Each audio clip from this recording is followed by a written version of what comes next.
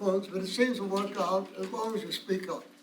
Particularly some of us older folks that even with hearing aids, doesn't do it well. So I'm from BW Greenway, and most of you know about us. Our brochure and map, which follows our map here, is over on the, if you haven't signed in, they're over on the table there. And we've been around for about 26 years. We've got about 26 properties that we've got conservation easements on. Gonna get another one, actually with Carol's property this year, And we just had a meeting today with the Clean Ohio Fund for a $150,000 grant for the Garland wetland with trails and walks and things like that. So we've got about $6.5 million from the Clean Ohio Fund over the years.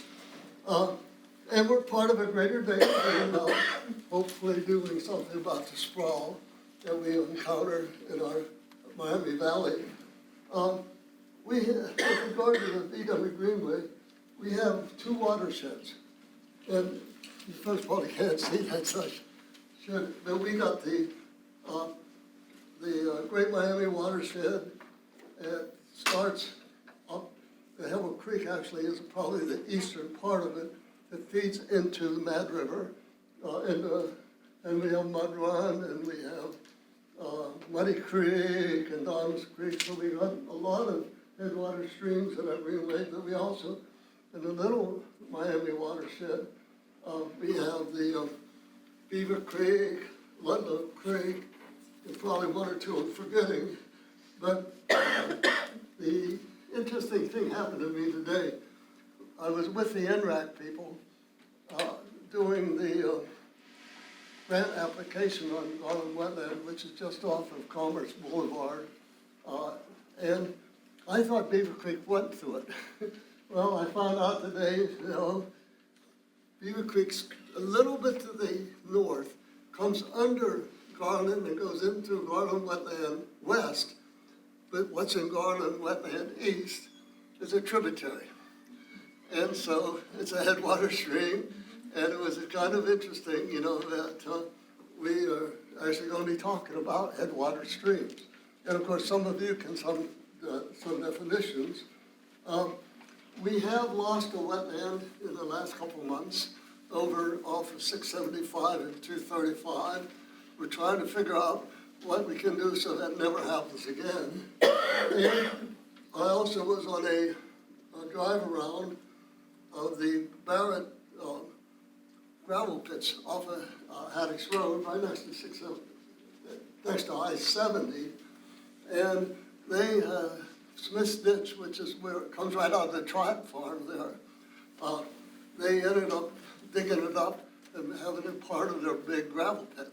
So we lost some headwater stream habitat and so forth with that. So that's another issue that we're not the only one that's going to face those kind of issues.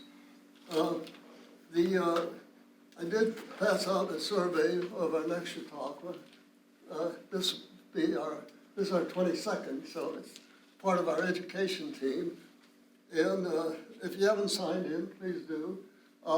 Actually, I'll introduce Tom Allen as our moderator, and then if the rest of you can introduce yourselves. Hold on, sit down.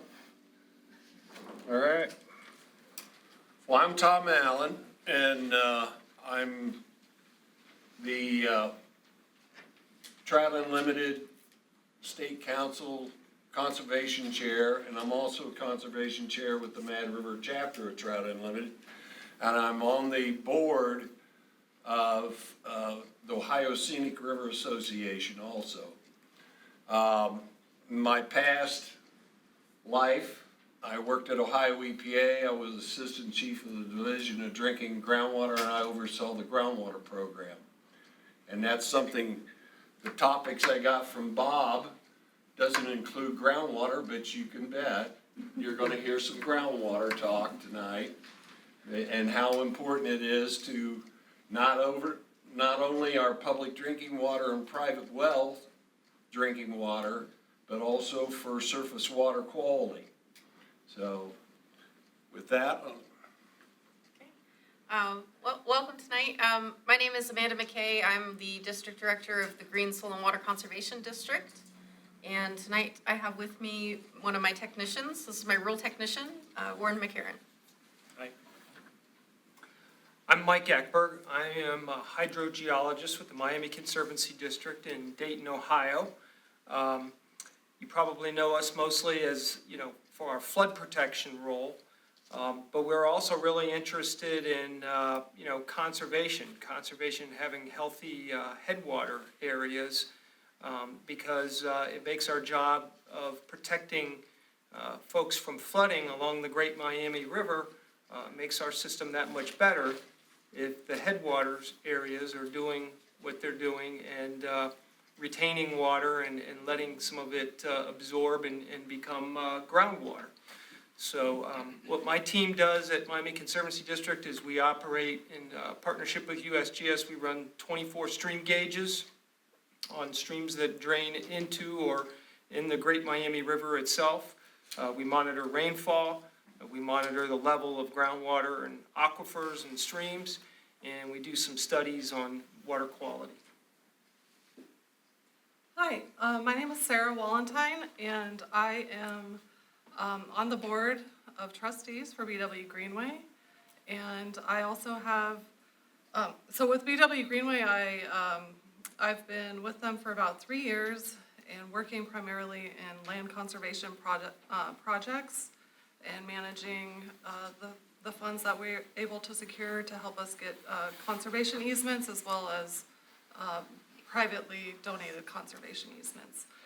So that's one of the major roles I play in my role as a board member with BW Greenway. I newly graduated from Ohio State with a master's in environmental engineering.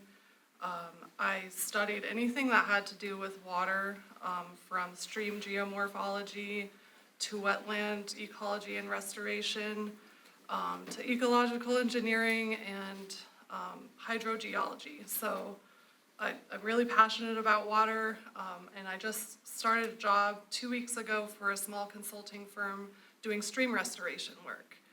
So I'm happy to be here tonight, and thank you all for coming. My name is Grace Deach. I'm the Director of Conservation at Five Rivers Metro Parks. I've got a lot of different areas that I manage at Five Rivers. I do a lot of different types of restoration and wildlife management and research, but from a headwater stream and water quality perspective, I've managed the Great Miami Mitigation Bank. I've been a mitigation banker for, probably about 10 years. And then, so a lot of our parks are kind of surrounded by development, subdivisions, and that's only expanding and growing. And so now a lot of our work is focused on how we can make our parks more resilient, because we are the receivers of all of that stormwater, and it's really causing some issues within our parks. And so we do a lot of kind of off-channel, wetland work or preventing erosion and things like that, so that we can help further protect that water quality downstream. Good evening. I'm Anna Komnev. I am the 401 Wetlands Manager at Ohio EPA. So I oversee the state's regulatory program with regards to fill in stream and wetlands, as well as the mitigation aspect as well. I also sit on the interagency review team, which is composed of several different agencies and led by the U.S. Army Corps of Engineers. We kind of co-lead it in a sense that anything that comes from approval under the interagency review team, which is regulations of mitigation banking sites or in-lieu fee programs, is used through our mitigation program at Ohio EPA for offsetting those impacts. I have a background in wetland and stream ecology, was a former consultant doing wetland and stream delineations and permitting, so I kind of flipped the table when I came to Ohio EPA to do the regulatory side of things. And then before that, I was with Grace at Five Rivers. All right. My understanding of this format, we're going to go through some topics here that you can ask questions. And if it's all right with Bob, if you have a particular opinion about something or a technical point that you want to make, feel free to, this is a discussion. It's not just to present to you, but to also see the things that you understand or don't understand, we can discuss those things. I wanted to make a couple points too. In my job with Ohio EPA, and this is true with a lot of folks at Ohio EPA, we never got past the point of reaction. When the Clean Water Act happened, the Safe Drinking Water Act happened, dealing with wetlands, 401, 404, whatever, most of the time we're reacting to something that's already happened, impacts and issues created. One of the things that we did back in the 80s, we put together a strategic plan for dealing with groundwater, because groundwater, even believe it or not, in the 1980s under Ohio law, it was mysterious and occult. But with technology and so on, we started understanding what it is, how it moves, and how important it is, not just, and especially in this area for drinking water, but it's also important, for surface water. And one of the things in that strategic plan was to deal with the issues up front, use your science and technology to protect it, prevent the issues. Because we know what happened with solid waste sites and hazardous waste sites, tanks, buried tanks, gas stations, etc., is that they created issues and they were very difficult to take care of. So prevention, and that's one thing, and one way of doing that is sustainable growth principles, which under those principles, you protect your water resources. You understand the science of what's happening with your groundwater and surface water to prevent those issues, whether it's agriculture, development, mineral mining, whatever it may be. Understand if that happens, if that land use practice happens, will it impact your water, groundwater and surface water? So the first topic here is bank stabilization. And I can tell you from the work that we've been doing on Mad River, especially in the last 5 to 6 years, you're getting, first of all, you're getting rain events that are so much different. I think it was 2016, within a 4-month period, we had 4 floods on Mad River. It should have been running at the Urbana USGS gauge about 200 cubic feet per second. During those 4 floods in 3 to 4 months, it went 4,000 to 6,000. We're sending that water so fast into those river systems that they're spiking. And when they spike, they're shearing off the banks. And there's a lot of reasons for that too, lack of riparian area and so on. So coming back and stabilizing like in Mad River, 80–90% of the silt that's in the bottom of that river is from its banks. So how, are there different practices and so on to stabilize those banks? And the other point I wanted to make too is in these topics, you start seeing the connection between them. Bank stabilization, buffer areas, wetlands, and so on. So, Tom, yeah. can I divert you a little bit? Because I'm not as educated as you are about this. Well, May I ask the panel or you to define what a headwater stream is? Because that's the topic of the night. and how that differs from, say, the Mad River? Is the Mad River a headwater stream, and if it's not, why not? And what are perhaps a general overview of what are the concerns of a headwater stream that are specific to it as opposed to, say, the Mad River? So I threw out that term earlier, headwater stream, and I'm sorry, I didn't define it. So what Ohio EPA will say, if you look at some of their documents, is technically a headwater stream is a stream that drains an area of 20 square miles or less. So it's a relatively small area. When we can further break that down into kind of primary headwater streams, where we're talking about streams that drain an area of a mile, 1 square mile or less. And they're kind of defined as, it's got a well-defined channel, okay? And there's kind of 3 classes of them. The first class, may only be flow in it. It's what we call an ephemeral stream. There's only flow in it after it rains or the snow melts, okay? Other times of the year, it's dry. Then we get into class 2, where there's water flowing in it for parts of the year. But at other times of the year, there may not be flow at all. And the pool in the channels during, dry times, base times, is never more than 40 centimeters, okay?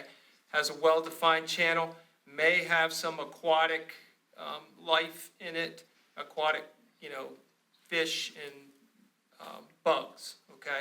And then we get into higher classes, class 3, where we're looking at, we've got some maybe groundwater that's kind of providing, more sustained flow. And the water temperatures are colder. It may support cold water. They support cold water kind of small fish and macroinvertebrates, and again, well-defined channel. So we're talking about small streams, drain small areas. Why are they important? Well, they provide a lot of important ecological as well as kind of practical services. For one, they can hold and retain water in them, so they reduce the amount of flow, if they're healthy and in good shape going downstream. They remove sediment.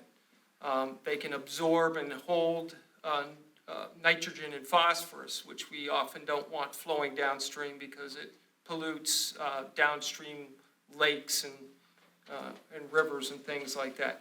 And they provide habitat for fish and bugs. They provide greenways, and they reduce flooding downstream. So in a nutshell, that's kind of what we're talking about when we're talking about headwater streams. And on a broader sense, let's just look at Mad River. Mad River is a tributary to the Great Miami River system. But if you look at topo map, you'll see basically the Mad River, the whole Mad River watershed, and it's really controlled by gradient. In this area, a lot of it's because of the way the glaciers came and they basically set up where all this water here is going to come in to the Mad River.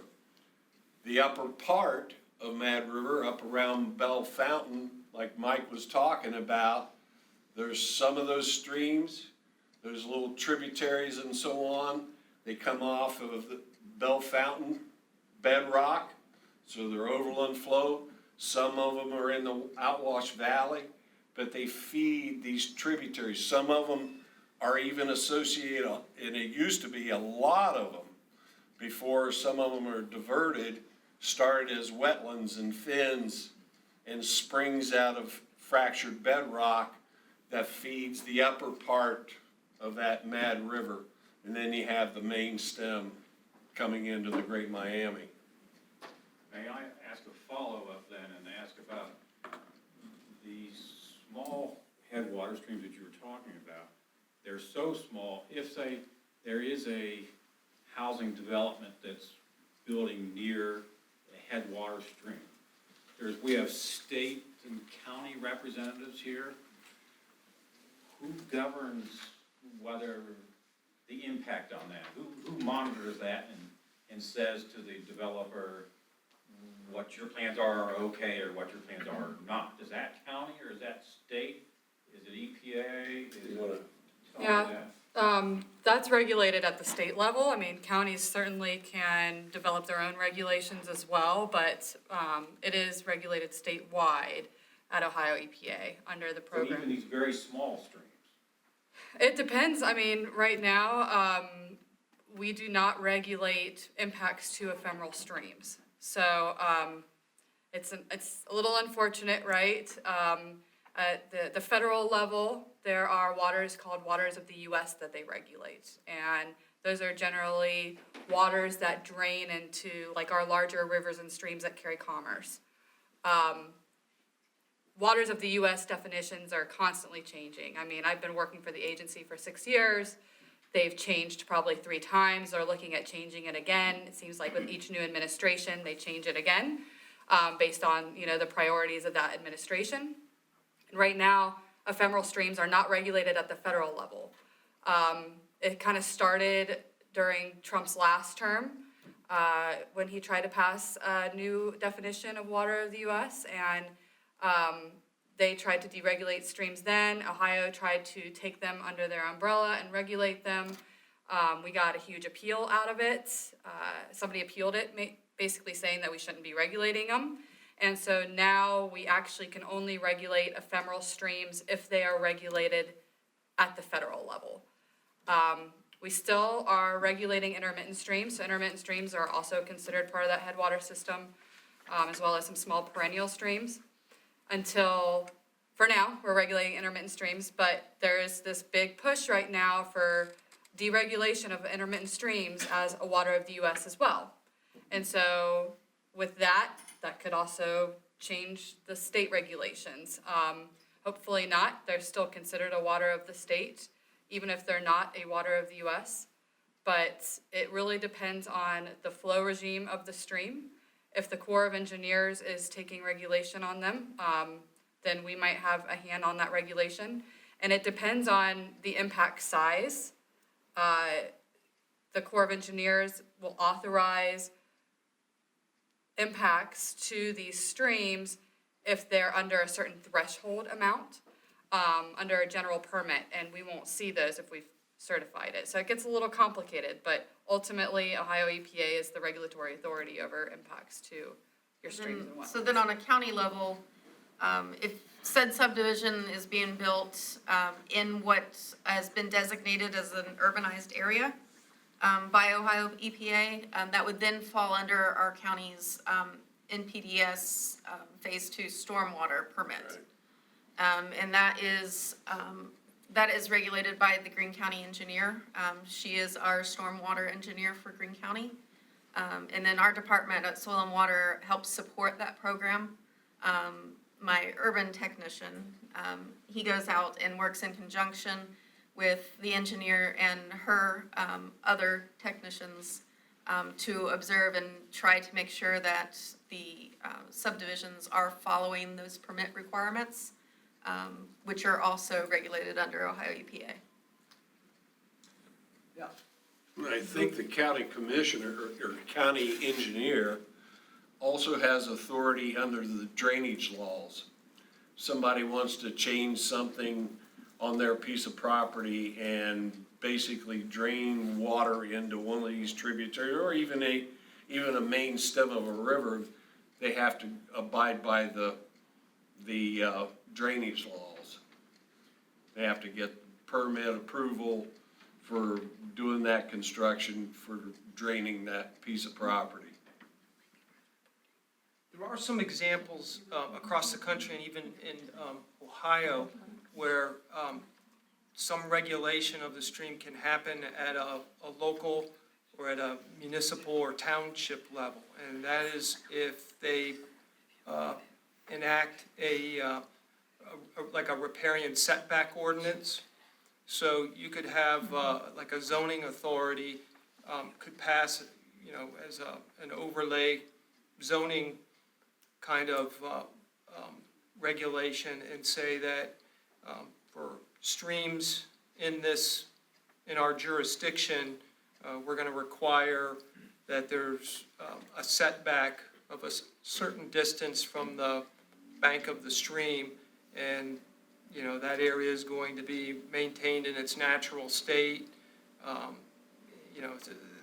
I just bring that out to say there are instances if a township or a county enacts a setback ordinance, that that's one means of regulating it at a more local level. Mike, I'm actually on the Clark County Rural Zoning Commission, and I think I would be open to review the setbacks. So technically, what would be a good number? In other words, a riparian corridor, on a headwater stream, I know we got salamanders 200 feet, but they wouldn't go with that, so is there any recommendation that? The ordinances that I've looked at and reviewed vary from place to place, and there's good reasons sometimes for different ways that they do. I've seen some that, if it's a little bit larger stream, they may enact, generally the minimum I see is kind of 50 feet. But then they may say, if that doesn't extend all the way to the 100-year floodplain for that stream, we'll incorporate that. Or if there's a wetland adjacent to the stream, that wetland has to be incorporated into the setback. So, Little Miami, I think, uses for when properties that they have conservation easements. I think on the Big River, you're using we've got a 300-foot setback, I think, is kind of the desired for a river of that size. The way I've seen them, they vary a bit by the drainage area of the stream. Sometimes they're sized to that. Sometimes they're sized to, just say there's a lot of different ways to do it. And it's beyond what we could talk about here tonight. Well, I guess reading is, if you put something in a zoning regulation, they like yes or no, or, and very whereas maybe the answer would be Soil and Water would make a recommendation, and then when it's doing the subdivision planning or whatever, rather than necessarily, a minimum, 50 feet, but other things beyond that, I don't know, Amanda, if you get involved in any of those. So Soil and Water is a non-regulatory organization. We do not regulate or enforce or make anybody do anything. We do give advice based on situations. And when you're getting into overall zoning regulations like that, we look at situations based on individual situations in the watersheds. So making a blanket statement would not be a good idea for us. Right. The Chagrin River Partnership has model ordinances available online that any folks can take a look at, and you can see the rationale behind that. There's also some documents that have been put out there that I can point people towards that lay out different methodologies for deciding what they might want to use in their area. This is something we're actually exploring a little bit of at Ohio EPA. I'm working with the stormwater program. Now, I know enough about the stormwater program to be a little bit dangerous, but not probably all that would be beneficial to this group. But we are looking at the effects of the amount of impervious pavement within a watershed, and at what point will that affect the water quality within that watershed? And then, potential things that we can do to try to get ahead of it and prevent, that, be more proactive, if you will. And looking through several studies and some of our own data, we found like 50 feet is a good starting point. Because we have to think also what the stakeholders how they'll react, not being able to build up to 100 feet or whatever within the buffer zones. But the Darby, I think, has their own set of certain protections. Anybody that builds within that watershed, they have to have some setback requirements, and if they do not abide by those setback requirements, they have to do some sort of mitigation for that.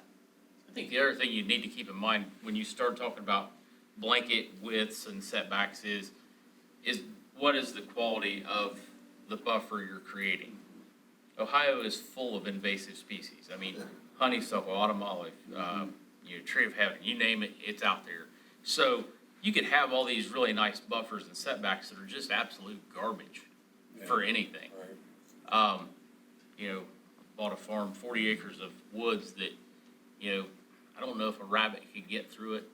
When I started removing honeysuckle, was that a great woods? No, it was garbage. And that was the buffer along Jonah's Run that feeds into Caesars Creek Lake. There was zero quality of anything in that. So when you start to regulate and zone minimum widths of things, I think you have to go into it with a plan of how are you going to maintain it. Do you want native grasses? Do you want a deciduous forest?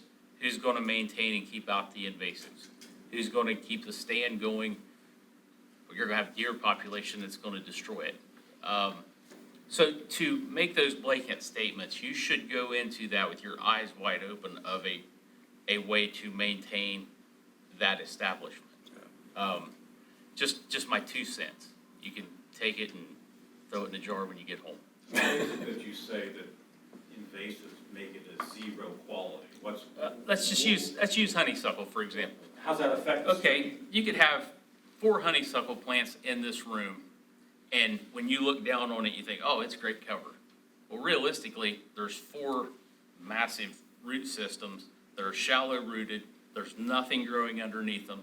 There's zero nutritional value in the seeds. The seeds just spread more honeysuckle through the birds. They're not great nesting habitat because it's such a low bush. Predators can come in and get the nesting birds. It's zero diversity in that forested area. They will go in and choke out anything you want. I cleaned back 60 to 80 feet around every field on my farm when I bought the farm. I did not take out one sapling bigger than that. It was 100% honeysuckle. It just crept in. It was garbage habitat, in my opinion. No, it is.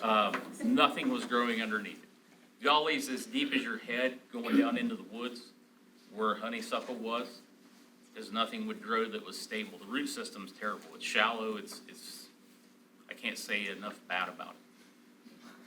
But is a honeysuckle buffer better for the stream than no buffer? Not in my No. opinion. I would say so. I would disagree. I disagree as I well. disagree. I would never advocate for honeysuckle. Let me just put that straight, okay? But when it comes to stream quality, water quality, it's a vegetation, and vegetation picks up water, helps to the roots, although somewhat shallow, helps to stabilize the bank better than something that's not there, if something was built right up to the stream. Maybe something like some tall prairie grasses could provide better root systems than honeysuckle, but anything that is a natural buffer compared to just building right up to the stream, I think is an improvement to water quality. That's an extreme example there. But as you're talking about the Mad River, the last 3 or 4 years, we've probably removed 2 or 3 acres of honeysuckle. As talked about, nothing grows under it. If I took you to these places, even 10 years ago, this honeysuckle wouldn't be there, and you would be seeing native plants going through a succession of different flowering plants and so on. They're all gone. If that honeysuckle is there. The other problem is like nothing will grow, nothing's holding that soil, and we started talking about stabilizing banks, the water's moving in so fast, it's spiking. And now in the shearing off the banks and so on, we've never really, in an outwash valley, you shouldn't see overland erosion problems. It should be penetrating the soil and it moves slowly to the river. Well, we're moving that water so fast now, you get that spikiness, it's taking off the banks. But we never really, most of the silt and stuff in Mad River is from its banks. We haven't really seen any overland erosion. But on some of the steeper banks now that have honeysuckle, nothing growing, you're starting, and especially in a heavy downpour, you're starting to get overland erosion down that slope. And we've never seen that before, so it's just adding more and more to the issue. But as she was pointing out, that's still a lot better than bringing, Grass, turf grass. whatever, Yeah. you're right up at the stream bank. And that's why I can take you in different parts of Mad River. Some of the landowners, I would say, they have set aside maybe up to 100 feet on each side, and they have mature trees. And those root systems, plus they don't have it, when they've got thick growth of that honeysuckle will only grow on the outside of it. It can't get enough light in that forest. And that root system, we're not seeing the shearing of the banks because those root systems and so on are holding that there. And it would be, if we can get other native plants and stuff in there, it makes it even better. What about English ivy and vinca? Well, they're not native and they take off, they will, I don't know how everybody else feels, they will hold the soil, but they're not a native plant. I don't know when you've got English. The other thing about those ivies, they tend to start growing up the trees and they'll kill them. It's just like, the wild grapevine and things like that is also a huge issue. Whenever we're clearing out honeysuckle, we usually have to deal with grapevine too, because it'll eventually kill the tree. So I would not, promote those things as a ground cover unless there's some way that you control it. Does winter creeper have the same effect? I think to some degree, I haven't seen it, out there, but, I don't know. I think anytime you play with fire of introducing something that is a non-native Yeah. into an environment, I think that's where we as humans really screw up. We try to fix things with things that we see in other countries, other regions, other areas. There's a reason it's not here or was never here. If it doesn't have a natural competition, it's not a tree, but pythons in the Everglades, Yeah. they have no natural predators and they've essentially ruined a whole ecosystem down there. But I think we have to just keep in mind that whatever you do, you need to rely back to native species. Well, I know all that. Yeah. That's been my, my focus for 40 years. But I'm asking because I live in Oakwood, and there's the Rubicon Creek. Mike, I guess you're familiar with that. And so we have the problems along that bike path there is the Japanese knotweed, and then a lot of the houses that are upland, it's the ivies. Yeah. And so when we manage it, there's the honeysuckle, there's all this stuff to manage. And so I'm wondering, how does the average person walk up and down that bike path and think, what should be addressed first? And that's why I asked about the ivies. And for landowners, homeowners, I'm going to preface what I'm about ready to say with, in a normal time, when the federal government is open, and another normal time when we have a functioning farm bill. Some of these things are services that the Soil and Water District can help homeowners with. One of the things Warren works very closely with the Natural Resources Conservation Service with some of those farm bill programs that allows us to help landowners.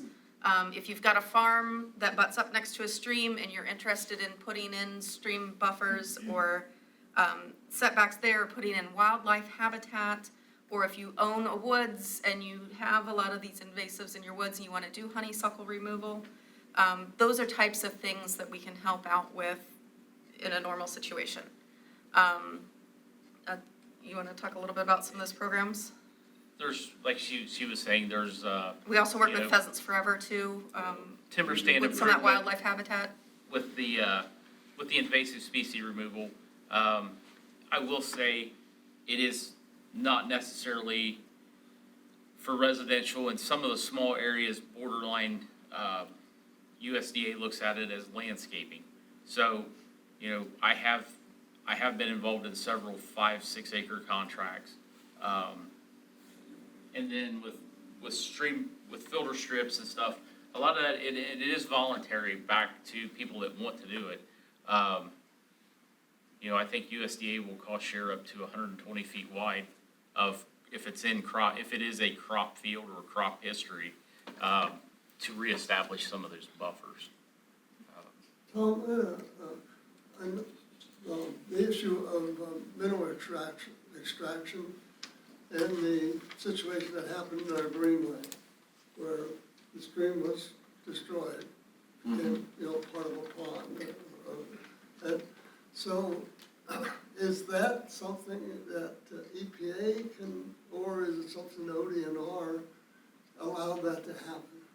Well, the mineral extraction is under ODNR, and they have to get a mining permit. We all need the building materials, the sand and gravel and limestone and whatever. But also, it's back to what I was talking about earlier, prevention. There's certain areas where they're proposing mines that is basically gonna destroy groundwater influence to the surface water quality, wetlands, fins, so on, especially if they dry mine.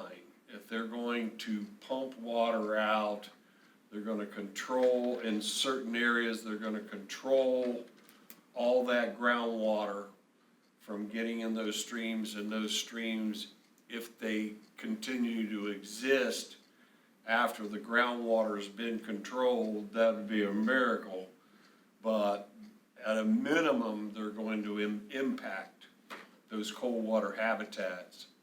Well, within BW Greenway, we got, you know, tremendous aquifer, you know, and we got all kinds of gravel, you know, outwash. So I don't know if, Anna, is there anything you could share with that?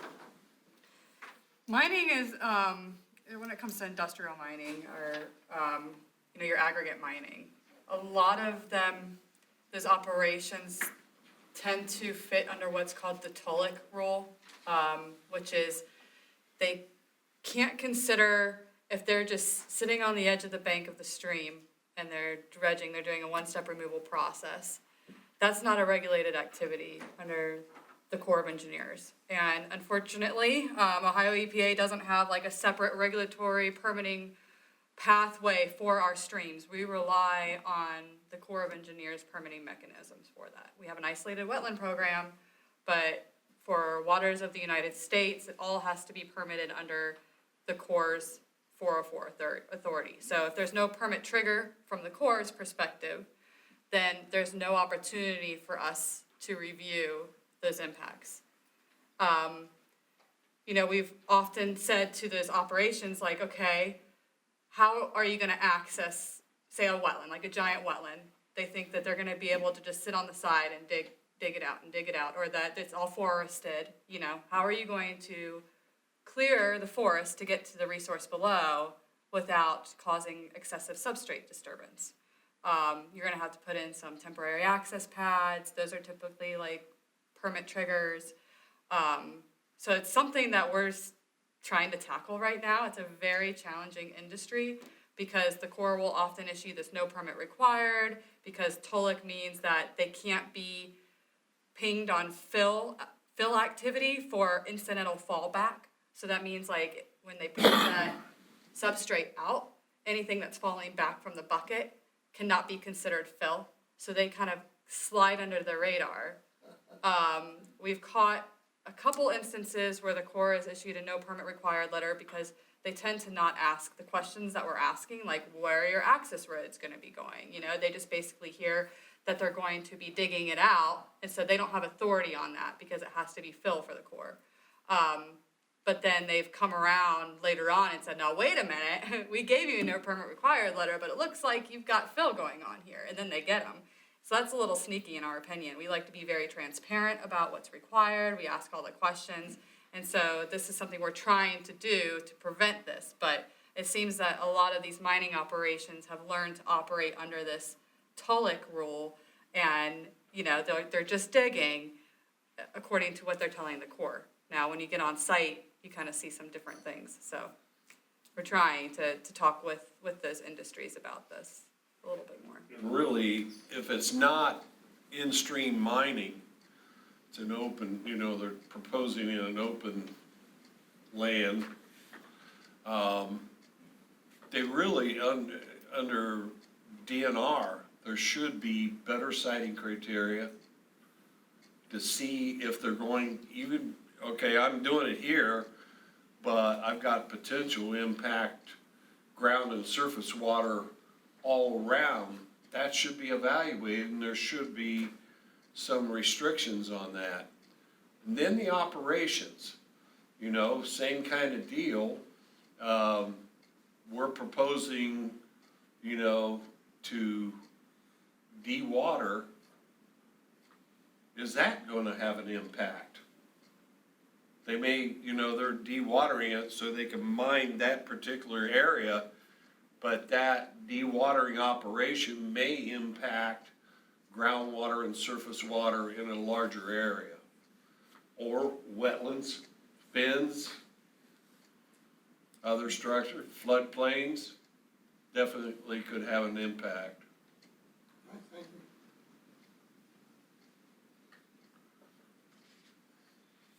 I don't think we ever did answer bank stabilization, did we? Did you get your question answered about the IV or the Vinca? Oh, Yeah, because I was thinking of where I live, it's very interesting because there's a continental divide. And so even though I live in Oakwood, if you go south, there's this divide, and that water then goes to the Beaver Creek, or maybe Little Beaver Creek. And yet the stream, the Rubicon Creek, flows north into the Great Miami. And so the what kinds of things that we're thinking about is that, you know, everything we do connects with, you know, all the other areas. And so when we talk to neighbors, you know, this is the kind of information that I like to have. But then you know, there's also kind of, I wonder if you're going to be talking about the relation to neighboring wetlands. The, you know, do you understand how there are a lot of wetland areas that have been drained in the area where I live. And so that impacts, everything. So that's what, that one thing about relation to neighboring wetlands, I wonder if somebody could address that. I mean, like how draining wetlands can impact, and there was a really famous case of that just not too long ago, where it was at the Tackett case. Yeah, Sackett. versus EPA. Yeah. Yeah. Where essentially it was kind of getting at what I think you're describing, where, and I'm gonna butcher it, Anna, did not do a much more eloquent job of describing what the issue was for those who don't know, but, essentially, there was a substantial wetland system that the landowner was going to impact, but, the lawsuit came about because by impacting those wetlands, by filling them, by draining them, what have you, it was going to cause negative impacts downstream for, thousands of people and, kind of take away their livelihoods a little bit, their rights to clean water and all that. But, so yeah, it's certainly connected. A wetland in a watershed belongs to that entire watershed, not just that one tiny little area. And when wetlands are drained, so water enters a wetland through a lot of ways, precipitation and runoff, and also there can be groundwater entering wetlands. If a wetland is drained, whoever's coming up with this idea to drain it has to figure out where's the water that would naturally flow into the wetland go. In often cases, the water ends up being diverted into a stream. And that can be related to our first topic of bank stabilization, because when you're increasing the runoff and increasing the flow rate at times when there's an increase in runoff entering the stream, it causes the banks to erode. You also get stream bed degradation and aggradation, where those increased flows of water entering the stream are not only eroding the banks, but degrading the bed of the stream as well. So that's one of the ways that draining a wetland can. And you would also have something similar happening if you're filling the wetland. Because similarly, the water has to go somewhere. And in that case, it would likely go to the nearest stream or body of other surface water, and you have similar problems. The opposite of that, if you are a landowner and you have a property that is suitable for wetlands, Warren has designed and built several. So we would be a contact if you think you have an area that might be suitable to put one in. That's something that we do. We come out and look and make sure that it's suitable and give design advice And that each county has a soil and water conservation district, so if some of you folks are from surrounding counties, by all means, reach out to your local soil and water district. When you're talking about filling or drying a wetland area, does that, because the water is going somewhere else and not staying there, does that affect like the groundwater in that area, like the amount of groundwater that's available in that specific area, and then basically like move that downward? It can. It definitely depends on what the surrounding ground cover is and the soil characteristics around you. So the water can still infiltrate nearby in the surrounding area, but say if you're compacting it for development, the water will not be able to infiltrate because the soil is compacted and it will run off like surface flow again into your nearest surface body of water. So it definitely can also cause problems with reduction in groundwater infiltration. My name's Joshua Trapp. I'm from Clark County, Army Township area. We're currently dealing with a large-scale solar project that's being presented in our area. It's called the Sloopy Solar Energy Center. And there's been 3,200 acres leased with 1,600 acres possibly being covered in solar panels. And the developer's talking about removing the topsoil during the construction phase, which could last 2 to 3 years from my understanding. And we're very concerned about how this is going to affect the Little Miami River watershed. This project is being placed on the headwaters of that river.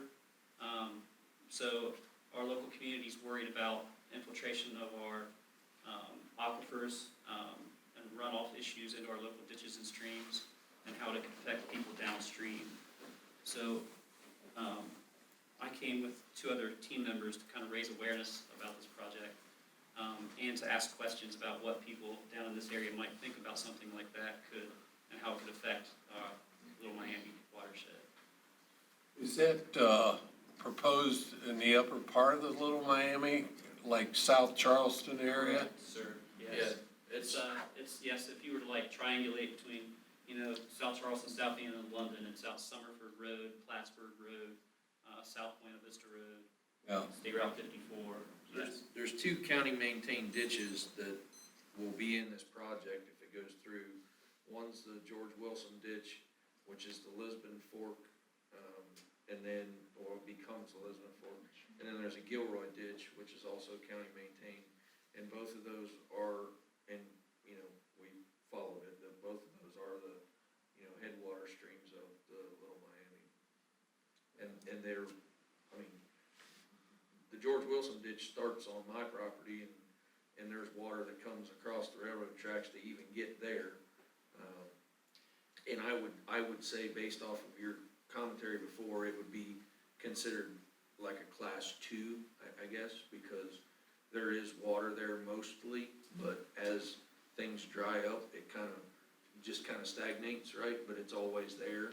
I've never really seen it bone dry, but it takes on a lot of surface runoff in heavy rain events. But if they strip the topsoil off, Do you know why they're wanting to strip the topsoil?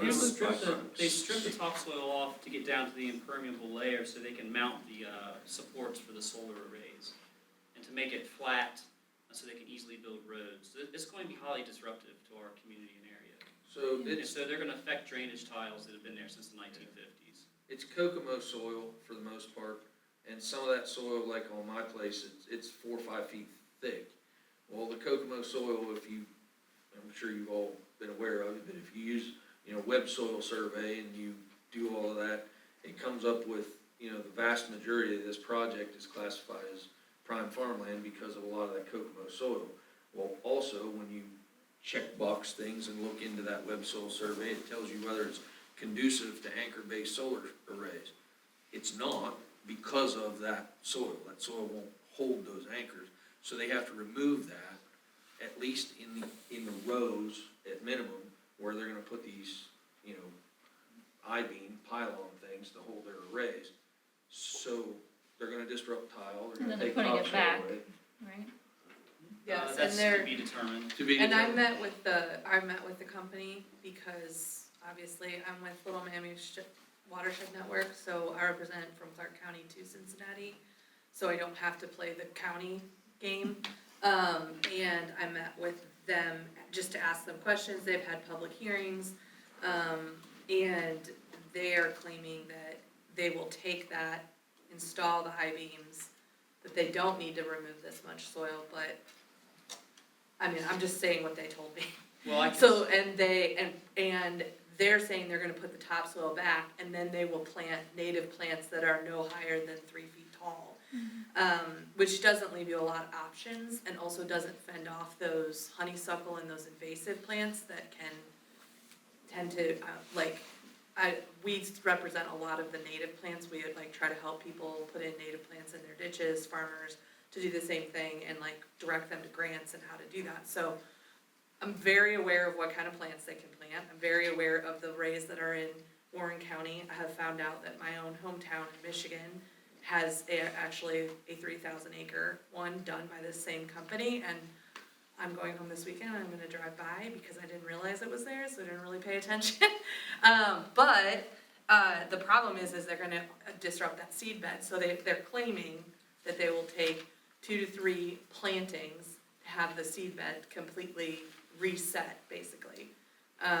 So that's kind of that's where, you know, we have kind of, we're not taking a stance one way or the other because we're just kind of, we need to hear all of it, but it just keeps leaning like what they're saying, like it's going to disrupt that whole section. We have a board member that is studying sediment, effects on the streams. He goes to German towns, Chris, you know Chris? Okay, so, yeah, so he's interested in this too, and the crops have been cut, so we're gonna try to go out and look at the springs and see what that looks like with my board members who are doing all the things you guys do too. So, but yeah, that's still the big question is like, when they do that, cause they're claiming it won't, and that they're the most,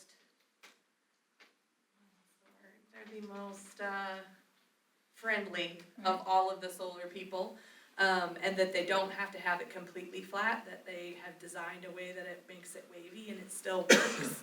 But if you go and look at the land out there, it's still really hilly. I mean, it's just like out here, it's not very far from here, so it's, you get it, like it's, to make it graded correctly, it just doesn't, yeah, I'm just trying to, like, their understanding of it is, you know, where we're at too, so it's just kind of like, we can't understand how this wouldn't end up affecting Clifton, how it wouldn't affect Bath, like, we just can't like wrap our heads around it because it doesn't, we hear so much contradictory stuff from everybody, so, not them, but, you know.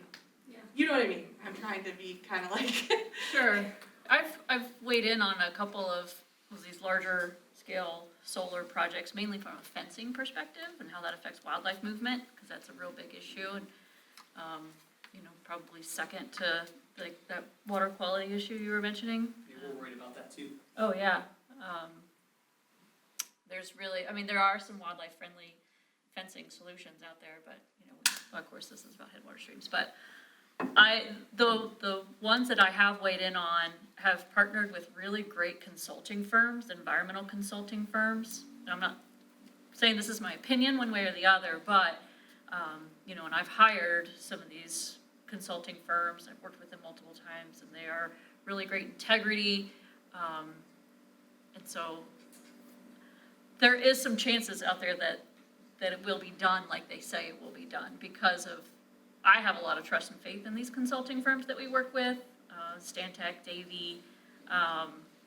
They're working with SWCA. Yeah, I've worked with them. It's out of Cincinnati. Yeah. So, didn't you work? I review most solar projects, other power projects too, that come through the state, through coordination with the Ohio Power Siting Board. I wonder. Yeah, so I see most of these projects. I've not heard of that one yet. I'm wondering how new it is. It has a case number. It does, okay. So I'm expecting then that coordination email to come through anytime now. They've opened up their docket. All right, and I've not seen, like Grace said, I mean, the Power Siting Board also regulates them. And so if they say that they're gonna do these things, then they need to do them, and they will likely see through that they get that done. You know, and all of this coordination is also done with DNR, as well as throughout the entire Ohio EPA agency and other agencies as well. And DNR has their setback requirements, as well as their planting recommendations for native species, and then, you know, what might be suitable for solar farms, being that you can't have a lot of coverage, right? They have to have that access to the sun. But it sounds like they're doing what they should be doing from a regulatory standpoint, and I would say that, you know, I wouldn't worry all that much, that they should be putting the topsoil back and then planting hopefully some native seeds that are. Well, I But guess our concern what is happens primarily between during- the time that they remove the topsoil and the 2 to 3 years it takes them to put it back?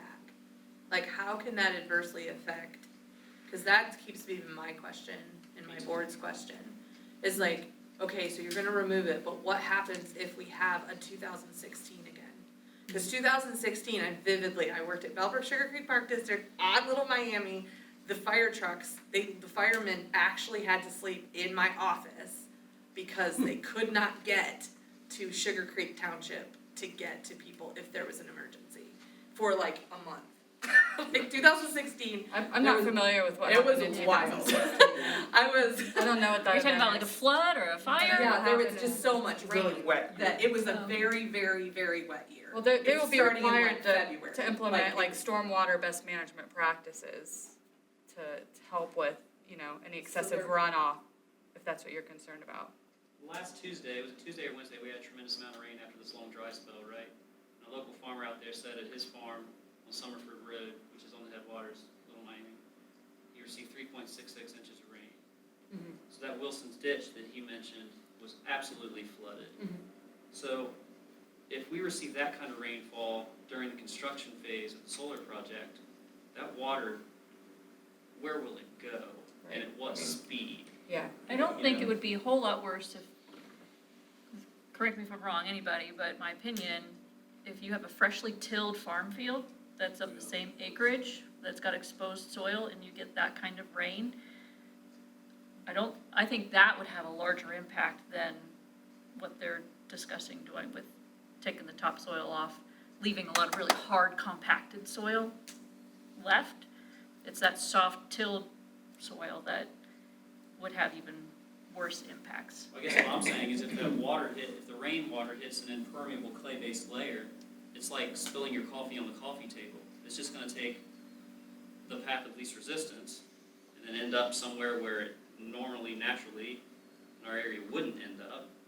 We're concerned about that, as well as if it is directed to the normal ditches that are already there, will they be overwhelmed and create damage downstream? Yeah.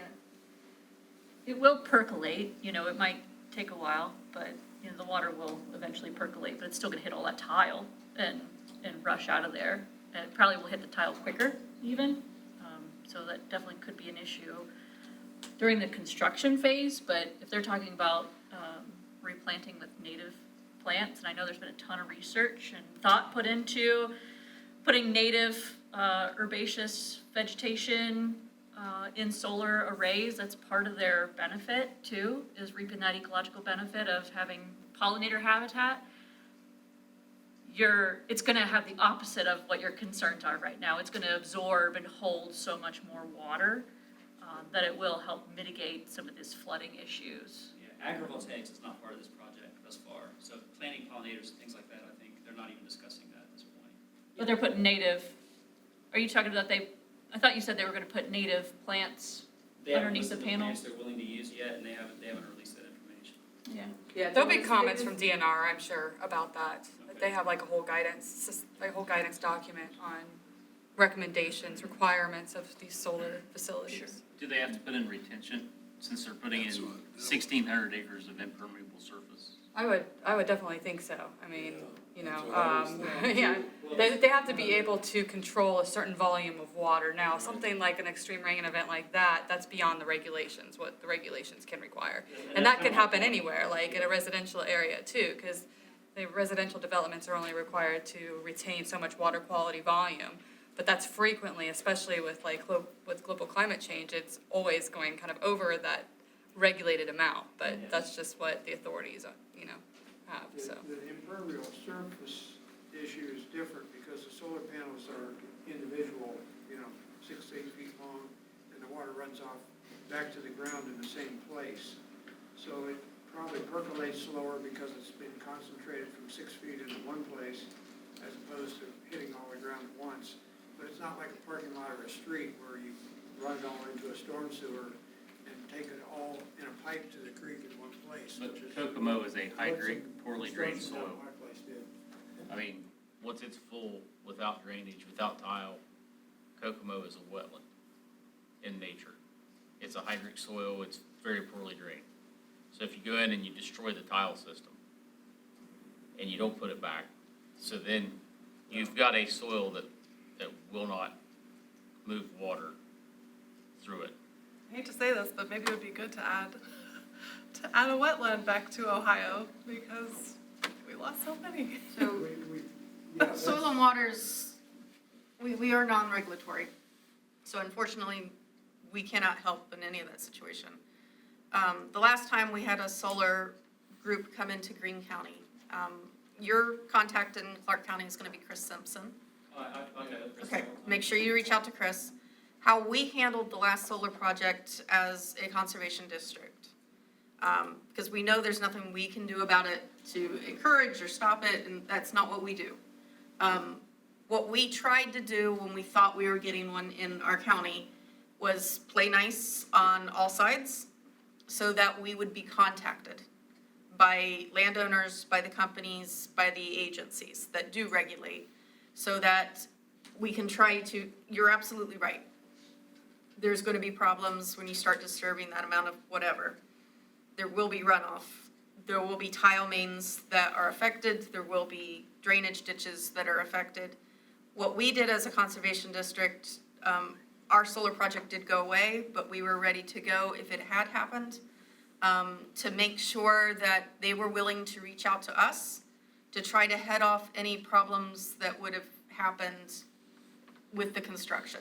That we would be on site to help talk to the landowners, talk to the neighbors, be that independent third party that could talk to all of the parties and try to come out with the best sort of situation that could happen when tensions are high.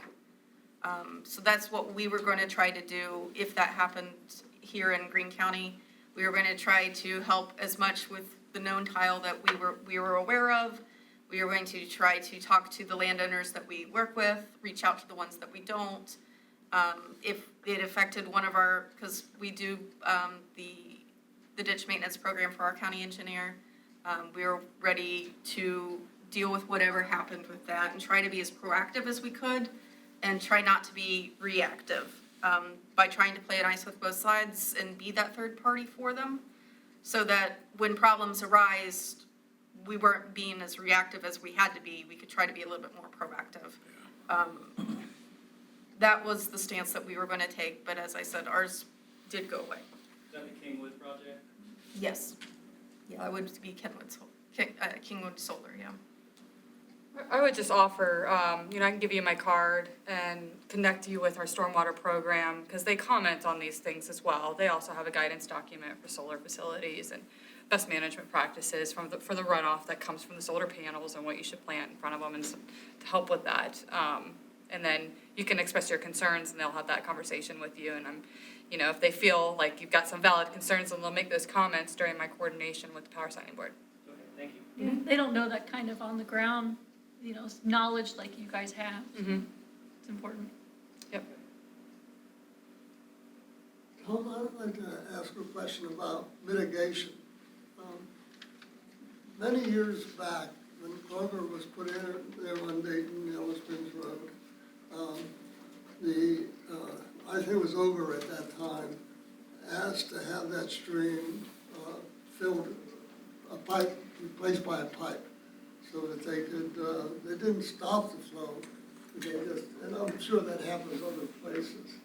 I know with the wetland we lost just, the last couple months, that was mitigated in Gracie's land bank.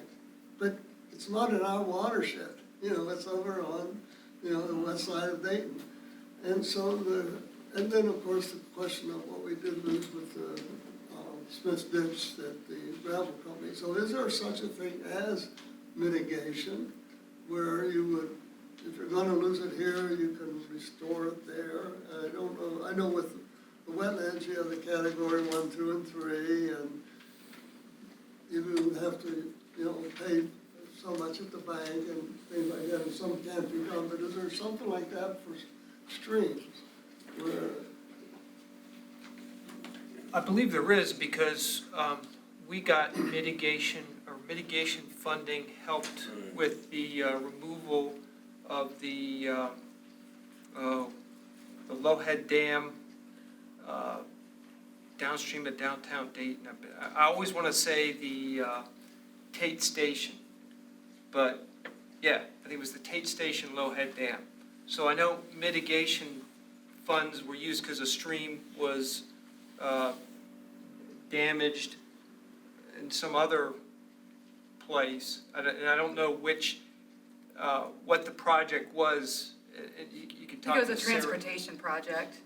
Yeah. An ODOT It was an project. ODOT project, yeah. So ODOT maybe perhaps damaged a stream somewhere and use the funds to remove Tate Station. You could talk to Sarah Hippensteel in our office. She could probably tell you how that worked.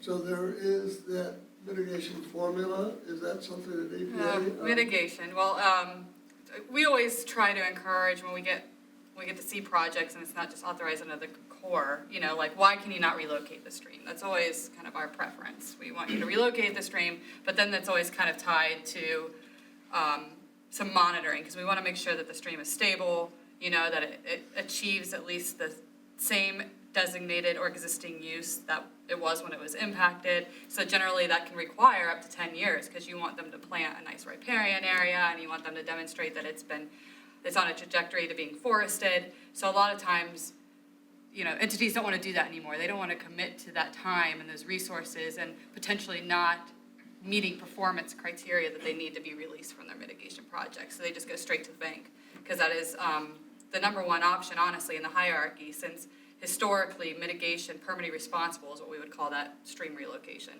Permanently responsible mitigation has been historically unsuccessful if just left up to the developer.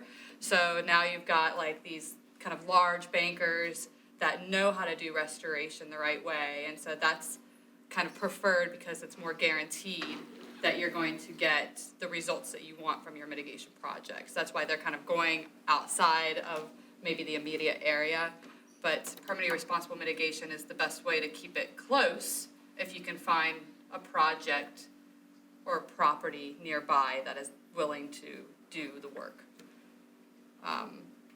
And frankly, like, service areas are expanding. You know, we get pressure all the time from our stakeholders that it needs to go from being required in the 8-digit HUC to the 6-digit HUC, which it just gets, you know, as you get lower on the HUCs, it just gets larger and larger and larger. And it used to be 12-digit HUC would be ideal, right? That's really nearby, that's right there.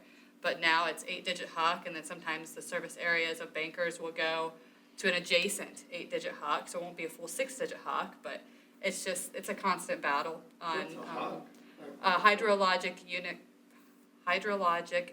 code. So it's like the different degrees of the watershed. So, you know, we've got 2 major watersheds in Ohio, one that drains to Lake Erie and one that drains to the Ohio River. So that might be, is that like HUC 2 or something? More digits, Yeah. the smaller the watershed. Yes. Yeah, so you narrow in on the watersheds. I Yeah. don't know if any of you remember when we all worked together to do these 9-element watershed source water protection plans. Those were based on 12s. Yeah. So MCD and us, we did one up in this area, and then we created the Cedar Creek Collaborative, and we did all of the Little Miami watershed. So that was a lot of 12-digit HUCs to make that, you know, that whole area. A 12-digit HUC, maybe 40 square miles, 50? 35 to 40, I think. Something on that. The Mad River was just delineated for the 9-element plan within the last 2 years, and it's, if you're at West Liberty, where Macachee Creek comes in, all the tributary, the main stem of the Mad and the tributaries going all the way up to just east of Bell Fountain, and it's about 35 to 40 mile area. Bob, your question, you know, and so Anna said, if you can find an entity that will take these mitigations and maintain them, you know, and actually it has to be protected in perpetuity, like a park district, or maybe a land trust, or like Beaver Creek wetlands. Sometimes, so we've received a couple of permittee responsible mitigations in streams, where essentially we take their impacts and mitigate them at Five Rivers by doing some enhancements to some existing streams, removing all the invasives and planting, you know, a lot of native plants, and it's done by a third party and it's monitored, you know, it's all paid for by someone else, but it greatly enhances, you know, the biodiversity and the integrity of an existing stream, you know, to kind of offset some of those impacts. So that's happened a couple of times at Metro Parks, and of course we will, those areas are already protected and maintained. So could sometimes be an option, if that's still an option, regulation-wise. Changes all the time, so. Yeah, we like to see permanently responsible mitigation when it can be done well. We have a couple really good practitioners in Ohio that do really good work. So they generally get the permanently responsible mitigation plan approval more quickly, say, than just somebody that wants to quickly develop and they think that they're gonna be able to create a new stream or wetland without having any experience, right? And that's the way it used to be, and that's why we go to banks primarily now, because just, it was not successful. With the topic of mitigation, I did want to plant a plug during tonight's meeting, because it is primarily about headwater streams, right? We had rulemakings in 2024 where we passed Ohio's first stream rules. So it was very exciting for Ohio EPA, for the state to finally have stream rules. With that being said, there was this whole new tool that was introduced to evaluate functional assessments of streams. I don't want to get too technical, but during the rulemaking, there was a lot of stakeholder engagement, so much stakeholder engagement, and there ended up being so much so that we actually have now what's called a drainage area scaling factor, okay, that puts less priority on our headwater streams and more priority on our bigger systems. The argument has been from that group of stakeholders that managed to get this through that headwater streams actually act as a conduit to our larger streams, therefore causing more erosion because of all the forces, and that sediment is the main form of pollution in our rivers. And so by working on prioritizing kind of the larger streams and the bank erosion and the sediment deposition and deprioritizing the headwater streams and instead focusing on watershed storage, so things like, your residential detention basins, beaver dams are often brought up, but they want to focus, on the watershed storage aspect of things where the water can trickle out and there's less likely that force that drives the erosion downstream. So, there will be another rulemaking on this in a couple of years, and I'd say pay attention. So, pay attention to that. It was kind of a big ordeal. So we've got some, you guys can probably understand, we got some people that are pretty angry about that, but then some people that are pretty excited about it. Because it's easier for them to impact headwater streams. They can now, because of the scaling factor, essentially mitigate at less than 1-to-1. And then they get more mitigation credit for doing work on larger streams instead of the headwater streams.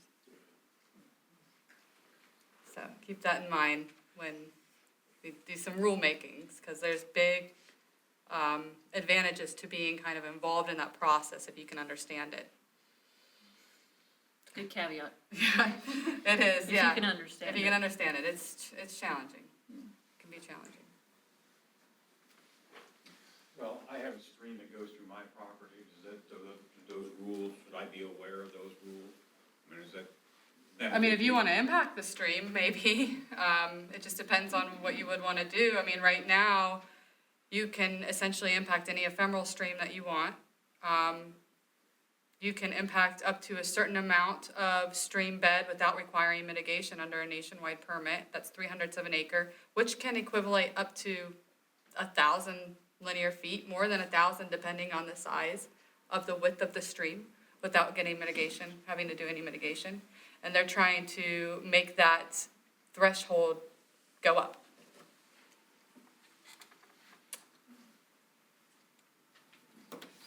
There's some people misinterpreting that too.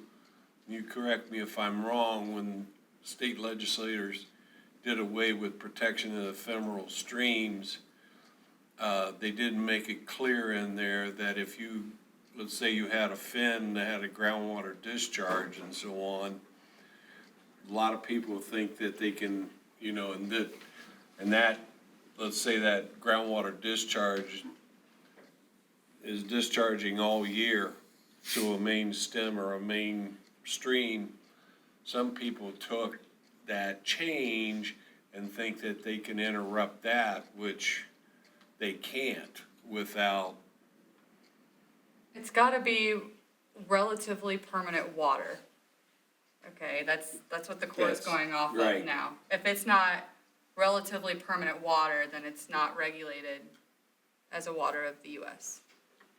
And that's. Yeah, that's what I'm saying, that Yeah. some people, because it's so small, and but it's still discharging groundwater year round, it's protected, but they think since it's so small, I can.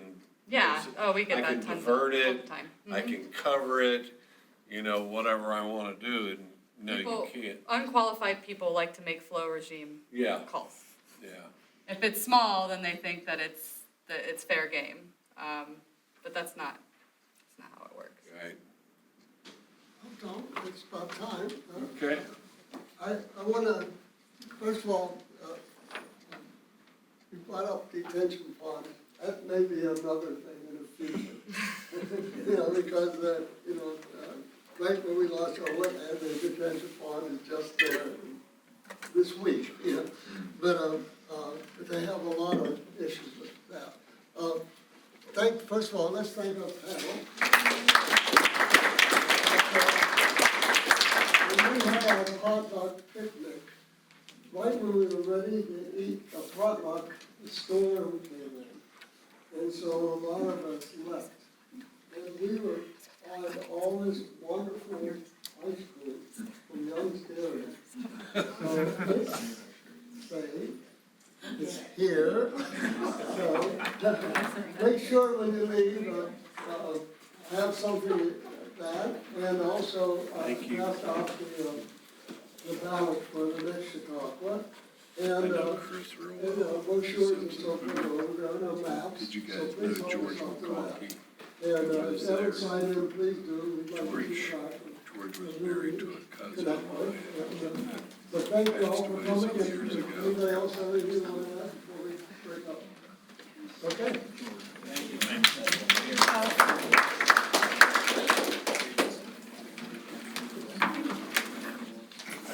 Thank you. I mean, that really helps.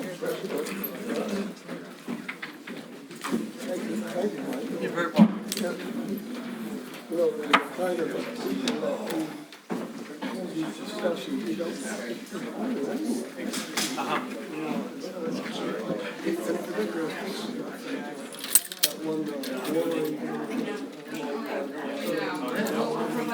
Get that farm bill passed.